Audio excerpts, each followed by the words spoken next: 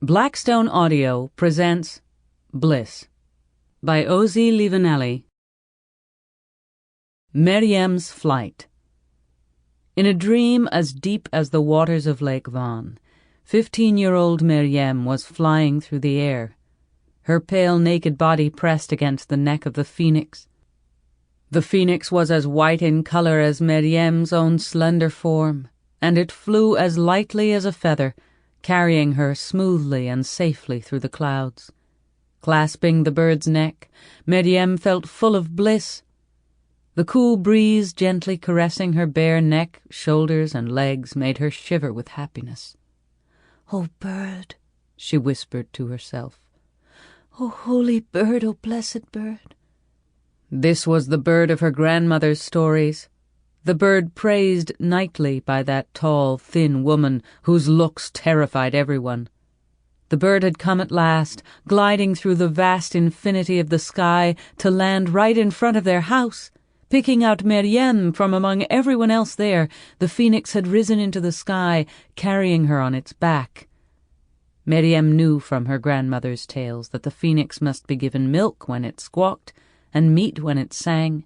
If these conditions were fulfilled, it would carry you from one land to another without stopping. But if it did not get what it wanted, the sacred bird would become enraged and fling you from its back.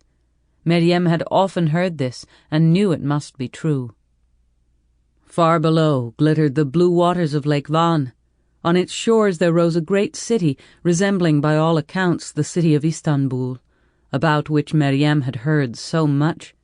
She could hardly take her eyes off it. Suddenly the phoenix squawked, a sound that reverberated stridently in her ears. "Where can I find milk for you, blessed bird?" Meryem wondered.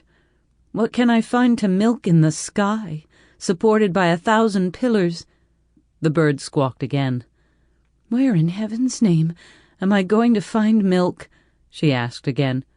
"The sorrel cow whose full udders I milk each morning isn't here."